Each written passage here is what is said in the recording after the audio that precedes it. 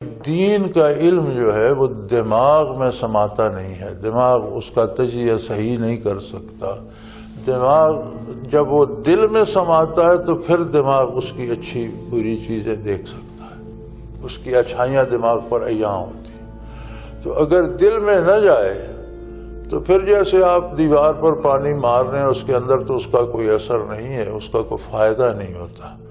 چونکہ ذرائع علم جو ہے وہ بنیادی طور پر قرآن کریم نے 3 بتائے۔ اخرج من بطون امہاتکم لا یعلمون شیئا، تمہیں ماؤں کے پیٹوں سے پیدا کیا، تم کچھ نہیں جانتے تھے۔ پھر تمہیں السمع والبصر والافئدہ، 3 چیزیں بنیادی عطا کی، سمع، بصارت اور افئدہ، نہاں خانہ دل کا انتہائی گہرائی میں ایک نقطہ۔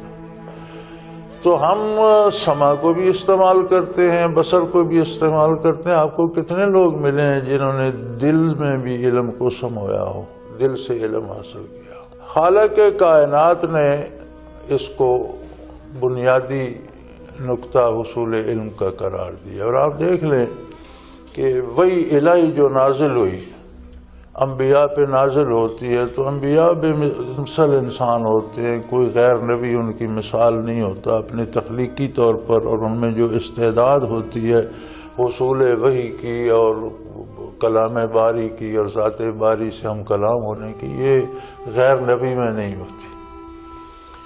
ان پر بھی جب وحی آتی ہے تو قلب پر آتی ہے، دماغ پر کیوں نہیں آتی؟ حضور اکرم صلی اللہ علیہ وسلم کا دماغ عالی بھی بے مثال ہے، جیسے آپ کی ذات بے مثال ہے مخلوق میں، تو آپ کے بھی دماغ پر تو نہیں آئی۔ علی قلبک، آپ کے قلب پر ہم نے وہی نازل کی۔ تو قلب، یہ جو سائنس والے کہتے ہیں یہ ٹھیک ہے، جو فزیکل سٹرکچر ہے قلب کا، اور جو ایک لوتھڑا جسے حضور صلی اللہ علیہ وسلم نے فرمایا گوشت کا ایک لوتھڑا ہے، تو یہ واقعی پمپنگ سٹیشن ہے اور یہ خون پمپ کرتا ہے، لیکن اس کے اندر ایک لطیفہ ربانی ہے جسے قلب کہا گیا، جسے انگریزی والے بھی سیٹل ہارٹ تک تو پہنچ گئے ہیں، کہتے ہیں سیٹل ہارٹ کے، جب وہاں یہاں تک پہنچے کہتے ہیں there is a settle heart in the heart. تو یہ جو جس علم کو حضور نے فوقیت دی، اولیت دی، علم الادیان، اس کے حصول کے لیے وہ سیٹل ہارٹ چاہیے کہ وہ یہ دل میں اترے۔